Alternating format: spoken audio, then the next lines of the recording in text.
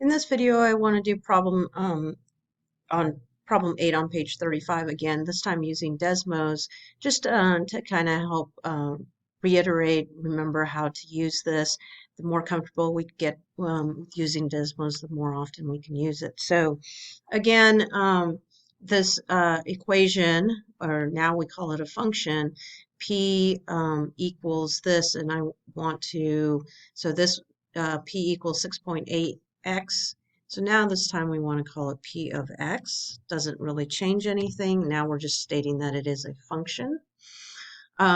When we evaluate, if you recall from Desmos, from the notes, so when we evaluate in Desmos, we're going to make a table. So line 1 is the equation. So again, we need to say what's going on in terms of what we're doing in Desmos to quote show our work.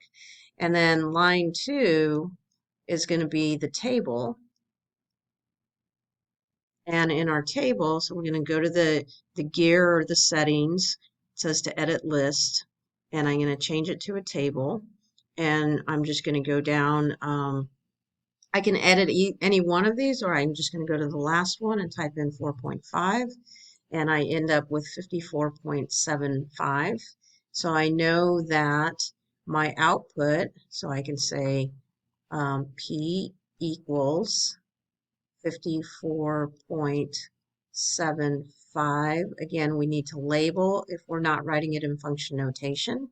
If we write it in function notation, we can write, you can either write P of, so using kind of this notation, where we just have the output, the condensed notation. So P of, and my input variable is 4.5, or actually my input value, equals 54.75.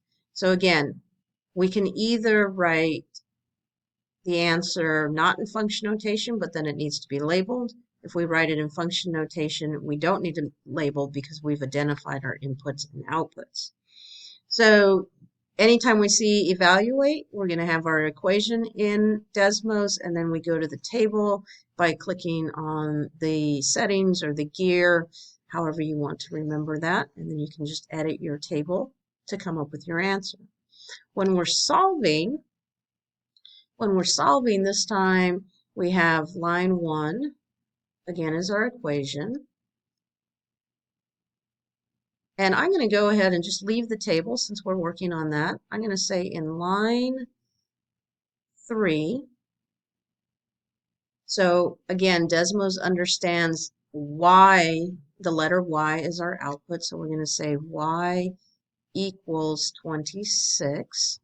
So we're going to go to Desmos, click on line 3, and just type in y equals 26. And we see, I'm going to zoom in a little bit so I can see that intersection a little bit better. And I just go to that intersection point and I click on it, and you see it's 0.27. And so we know that the point of intersection and our input is 0.27, which is what we were looking for. Our output, which was given, was 26.